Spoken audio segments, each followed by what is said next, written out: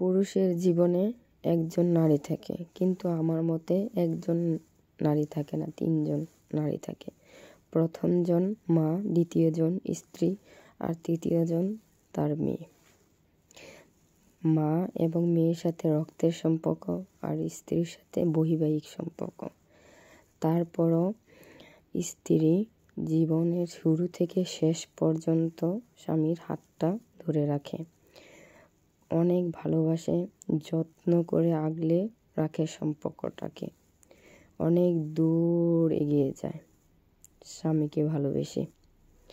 তাই সকল ভাইদের উদ্দেশ্যে বলতেছি, স্ত্রীকে ভালোবাসুন, যত্ন করে রাখুন, আর হাতটা শক্ত করে ধরে রাখুন। কেননা একটি কাছের জিনিস যত্ন করে রাখলে খুব ভালো থাকে, আর হাত থেকে পড়লে ভেঙে চুরমুচুর হয়ে যায়। এরকম মেয়ে মানুষের মনও।